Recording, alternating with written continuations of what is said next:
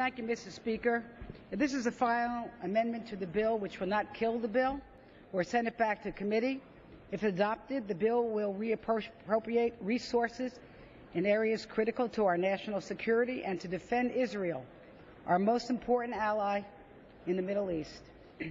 My motion to recommit adds $20 million funding for Israel's Iron Dome defense program and $5 million for the Arrow defense program in order to bolster protection against short and long-range missile attacks. Now, here's something that we can all agree. Defending Israel is in the interest of our national security. The bond between the United States and Israel is rooted in our shared national... The woman is correct. The gentlelady will suspend. The House is not in order.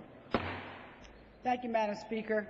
The bond between the United States and Israel is rooted in our shared national interests and our common values of democracy, rule of law, and basic human rights. Israel's security is our security. The same forces threatening Israel jeopardize the United States. And this is not a partisan issue. All of us who've been to Israel are struck by how close Israelis live to neighbors who want to destroy them. As a former mayor of a city, I ran a city where we had real problems like gangs and crime, but never did I have to worry about the towns next door shooting rockets at my residence. I can't imagine what it would be like to be the mayor of Sderot. In 2008, before we had Iron Dome, a surge in Hamas rocket attacks from Gaza forced Israel to launch a ground operation that tragically claimed 1,000 Israeli and Palestinian lives. Fast forward. Last November, in just 1 week, over 1,500 rockets were fired at Israel again by terrorist groups in Gaza.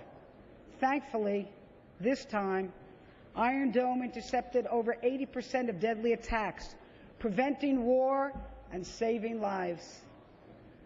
I know that we can all agree that support for Israel's missile defense program is not merely a favor we do for Israel. Our political and military leaders have long praised the strategic significance of Israel's powerful military advancing our interests in the region, saving our nation billions of dollars on military personnel and equipment that we might otherwise be forced to deploy.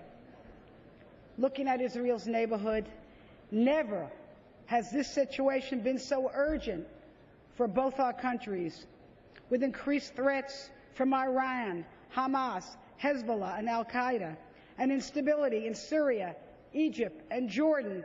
We must do all we can to strengthen Israel's defenses. And that is why this amendment to increase funding for these defense systems is so timely and so necessary.